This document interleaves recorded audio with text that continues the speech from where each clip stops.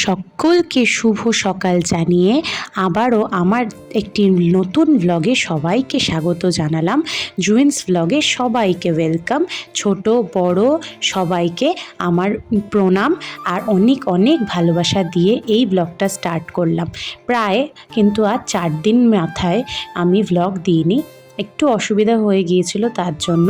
তো চলো এই ব্লগটা আজকে স্টার্ট করছি, তো কন্টিনিউ দেখতে থাকো, স্কিপ করো না ফ্রেন্ডসরা। তো পুরো ভিডিওটা দেখতে থাকো, অনেক ইন্টারেস্টিং পার্ট আছে। তো দেখো, প্রথমেই সকালে উঠে কিন্তু আজকে আমি পেঁয়াজ আলু এইসবই দেখাচ্ছি, কারণ এখন করব আমি কিছু একটা স্পেশাল রান্না।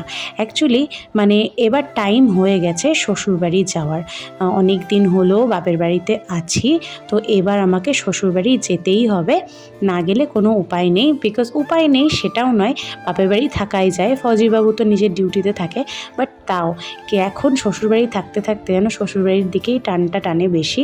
আর বাপের বাড়ি তো অ্যাকচুয়ালি ঘোরারই প্লেস না, বিয়ের পর তো বাপের বাড়িতে ঘুরতে আসবো, এটাই অ্যাকচুয়াল নিয়ম, আর শ্বশুরবাড়িতে কন্টিনিউ থাকবো। তো এই জন্যই আর ভালো মানে আর হয়ে গেছে অনেক দিন টাইম, আর ভালোও লাগছে না। এবার মনে হচ্ছে কতদিন যেন ও বাড়ি যায়নি, ওই বাড়ির টান পড়ে গেছে। তো এই জন্য ভাবছি যে এবার চলেই যাব। আর কি বলো তো, মাম্মামকে স্কুলেও তো ভর্তি করতে হবে, তো সেই জন্য। আর মেয়েদের যতই শ্বশুরবাড়ির প্রতি টান থাকবে সেটা সব থেকেই ভালো। তো যেহেতু চলে যাব আর বেশি দিন বাকি নেই, তার জন্য ভাই বলছে যে আমাকে একটু তুই বিরিয়ানি বানিয়ে তাহলে খাওয়া, তোর হাতের বিরিয়ানিটা আমার খুব ভালো লাগে। ইভেন জানো তো, আমার বরমশাইও কিন্তু আমার হাতে বিরিয়ানি খেতে, যে কোনো মানে রেস্টুরেন্ট স্টাইল ডিশ খেতে কিন্তু খুব ভালোবাসে। আর আমার কিন্তু এইসব রান্না করতে বেশ ভালো লাগে। বিয়ের আগে কিন্তু এত রান্না আমি কোনোদিনও আগে করিনি। তো সেই সূত্রে কিন্তু বিয়ের পর যখন আমাকে বরবাবু নিয়ে গেছিলো ওর সাথে কোয়ার্টারে, তখন কিন্তু আমি ওকে অনেক রান্না করে খাইয়েছিলাম, যেগুলো হচ্ছে ইউটিউব থেকে আমি শিখেছিলাম। বেসিক্যালি কিন্তু ইউটিউব থেকে কিছু রান্না আমার শেখা, যেগুলো ফ্যান্সি রেস্টুরেন্ট স্টাইল রান্না সেগুলো। আর বাদ বাকি পাতি রান্না কিন্তু আমার শ্বশুরবাড়ির থেকে দেখে শেখা, কারণ মায়ের কাছে থাকতে সেরকম কিন্তু আমি রান্না করিনি। ওই যে হয় না, বেশি ভালোবাসা বেশি পজেসিভ হলে যা হয় যে মেয়ের হাত পুড়ে যাবে, মেয়ের যদি কিছু হয় যে শ্বশুরবাড়িতে বলবে হাতটা কেমন দাগ হয়ে গেছে, নখটা কেমন, নখগুলো ভাঙা ভাঙা, তো দেখতে হাতগুলো বিচ্ছিরি লাগবে। সেই জন্য আমার মা কোনোদিনও আমাকে করতেই দেয়নি। এই কথাটা শুনলে, এই যে কথাটা বললাম, এরকম কার কার মা বলে থাকে অবশ্যই কিন্তু আমাকে কমেন্ট করে জানাবে। আমার মা কিন্তু এইসব দিক দিয়ে আসলে কী বলতো, আমার মা হচ্ছে রান্না করতে খুব ভালোবাসে, ওই জন্য আমি যা তা রান্না করে দেবো সেটা আমার মা খেতেও পারবে না। কেন, প্রথম যখন রান্না কেউ শেখে না, তখন কিন্তু হঠাৎ করে এসে যায় না, তার কিন্তু সময় লাগে। তো আমার মাও কী বলতো, ভালো রান্না যখন করে তখন মায়ের আর সেই বাজে রান্নার এই স্বাদটা মায়ের আর ভালো লাগে না, এটা একটা কারণ। আর একটা হচ্ছে মা নিজেই সব কিছু মানে রান্নার দিকে মা সবসময় আগে। মা কোনোদিনও কাউকে রান্নাঘরে ঢুকতে তেমন একটা দেওয়া পছন্দও করে না। ইভেন আমি কিন্তু বাপের বাড়ি আসলে কিন্তু সেরকম একটা রান্না করি না, ভয় যে কি হবে না হবে। তো মা যেহেতু ভালো রান্না করে, ওই জন্য মা বলে যে আমি রান্না করব, তোদের করতে হবে না। আর আমার মা ভীষণই পরিষ্কার পরিচ্ছন্ন, যার জন্য আমার রান্নাঘরে মায়ের যেতে খুব খুব খুব ভয় লাগে। আর দেখবে যে রান্না করতে, বিশেষ করে না আমার মা রান্না করতে খুব ভালোবাসে। তুমি কি রান্না করতে, শুধু আইটেম এনে দেবে। আমার মা 1000 রকম পদে রান্না করতে খুব ভালোবাসে। হ্যাঁ, এখন এতে একটু বয়স হচ্ছে, চিন্তা বাড়ছে, হয়তো সময় পাচ্ছে না, যেহেতু টেলারিংয়ের কাজও করে, তার জন্য হয়তো কম রান্না করে। কিন্তু আমার মাকে দাও ভালো মন্দ রান্না করতে বেশ বসে, কেন আমি ছোটোবেলায় তো দেখেছি আমার মাকে প্রচুর রান্না করতে, একটা দুটোতে কোনোদিনও পোষাতো না। এখন যেহেতু টাইম শর্ট, অভাব টাইমের অভাব, তার জন্য কিন্তু আমার মা রান্না খুব তাড়াতাড়ি করে, আর অল্প কটা রান্না, আর 1-2 পদ।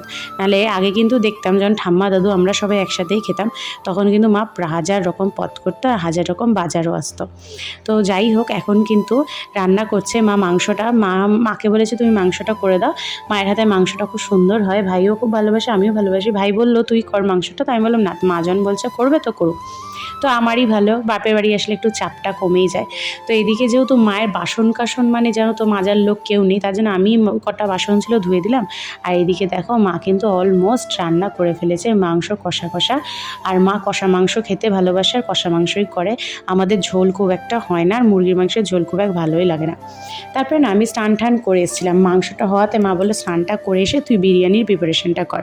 তো আমি তার জন্য দেখো কতগুলো পিস তুলে গেছি বড় বড়, মাংসের বিরিয়ানির মধ্যে দেবো বলে, আর এদিকে বেরেস্তা বানাবো বলে ভালো করে পেঁয়াজগুলোকে ছোট কড়াইতে তেল দিয়ে ডিপ ফ্রাই করে নিচ্ছি, তাহলে ভালো লাগবে। আর গরম গরম পেঁয়াজের উপর চিনি ছড়িয়ে দিয়েছি, তাহলে একটা মিষ্টি মিষ্টি ভাব আসবে, আর একটা বিরিয়ানির মধ্যে হালকা একটু পেস্তার মিষ্টি মিষ্টি ভাব আসলে ভালো লাগে। তারপরে এদিকে বসিয়ে দিয়েছি দেখো মানে ভাপে মানে যেটা ভাপাতে হয় তো ভাপ, তো ওভেনে তো দিয়েছি এদিকে। তারপরে দেখো ফাইনালি আমার বিরিয়ানি কিন্তু রেডি। আর এই যে মা কিন্তু পাপাকে টিফিনে বিরিয়ানি দিয়ে দিচ্ছে, আজকে আর রুটি করবো না, বলেছে যে অনেকটা বিরিয়ানি হয়েছে, পাপা টিফিনে বিরিয়ানি নিয়ে যাক।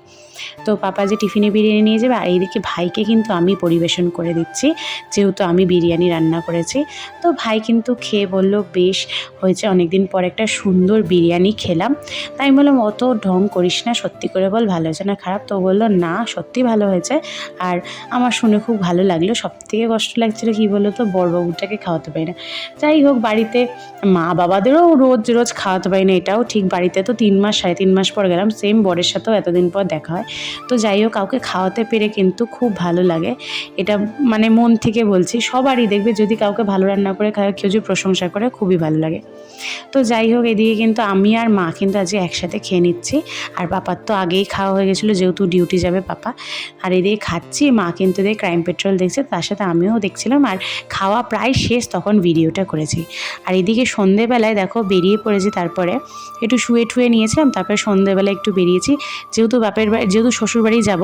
তো ভাবছি যে আইব্রোটা না খুব মোটা হয়ে গেছিলো, তাহলে আমি একটু পার্লারে যাব, আইব্রোটা করব।